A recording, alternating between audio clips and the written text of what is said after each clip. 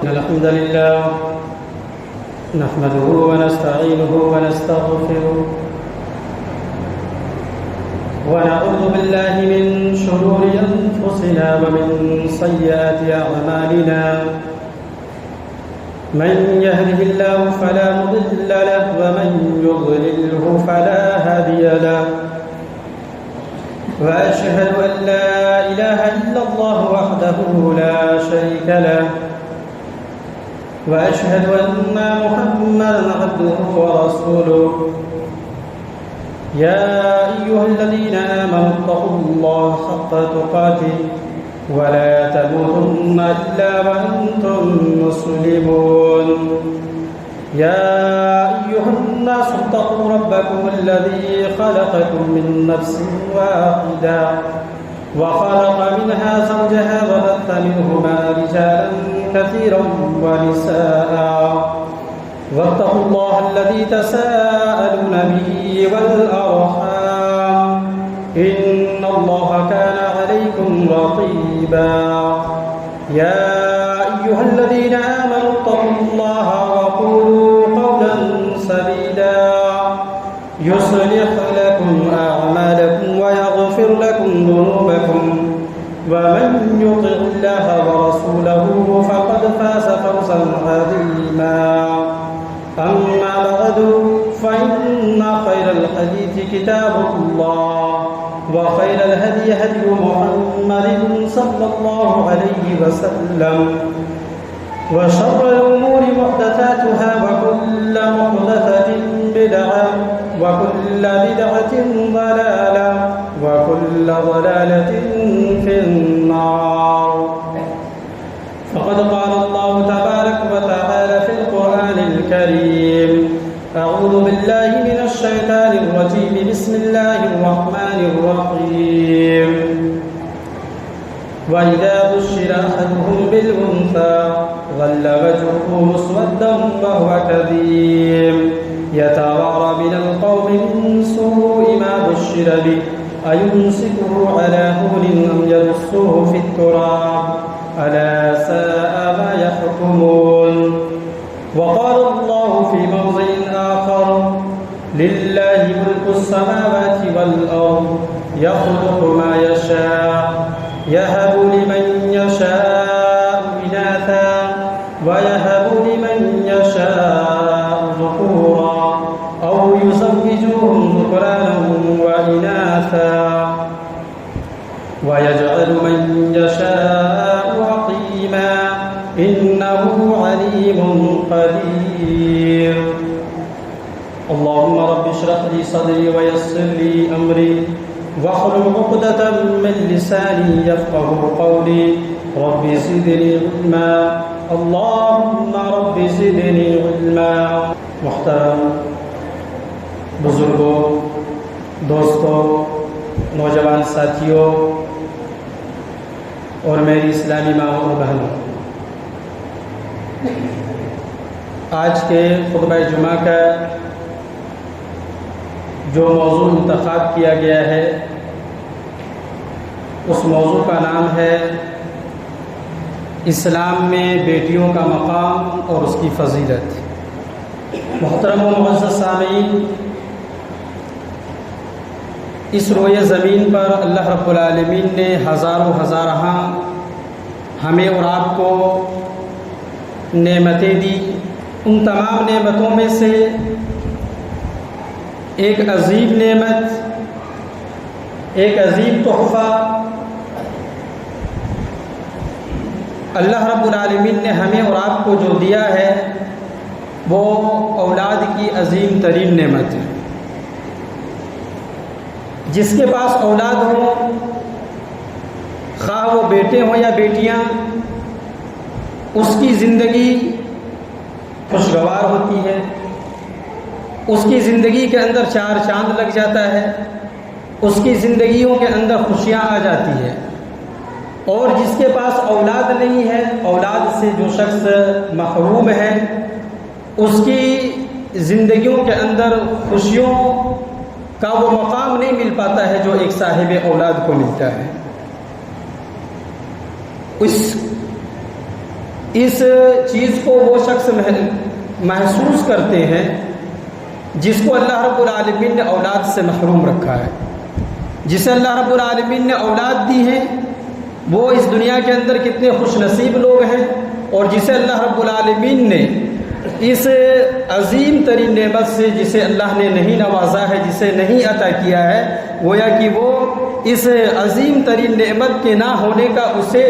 دل سے وہ کیا کرتے ہیں، اس چیز کو احساس کرتے ہیں. تو اولاد خواہ وہ بیٹے ہوں یا بیٹیاں، اللہ رب العالمین کی عظیم نعمت ہے، اس میں کوئی شک اور شبہ نہیں ہے. تو اولاد جس کو اللہ رب العالمین نے ایک عظیم نعمت کی شکل میں ہمیں اور آپ کو دیا ہے، چاہے وہ ہمارے پاس لڑکے ہوں چاہے ہمارے پاس لڑکی کی شکل میں ہو، دونوں کے دونوں برابر کا مقام رکھتا ہے جنسی اعتبار سے. لیکن اگر قرآن اور حدیث سے ان تمام دلائل کو آپ کے سامنے رکھنے کے بعد اس چیز کو آپ لوگوں کو احساس دلایا جائے گا کہ اللہ رب العالمین نے لڑکے اور لڑکیوں میں سے کس کے مقام و مرتبہ کو فوقیت دیا ہے. آج سائنس اور ٹیکنالوجی کا دور ہے. بہت سارے لوگ کیا کرتے ہیں، چاہے وہ علم کی کمی کی بنا پر ہو، چاہے اس کے اندر جہالت نام کی چیز ہونے کی بنا پر ہو، سائنس اور ٹیکنالوجی کا استعمال کر کے کیا کرتے ہیں، وہ اگر آنے والی ہوتی ہے تو وہ کیا کرتے ہیں، اس چیز کو ڈاکٹر وغیرہ سے کیا دکھانے کے بعد یا اس آلہ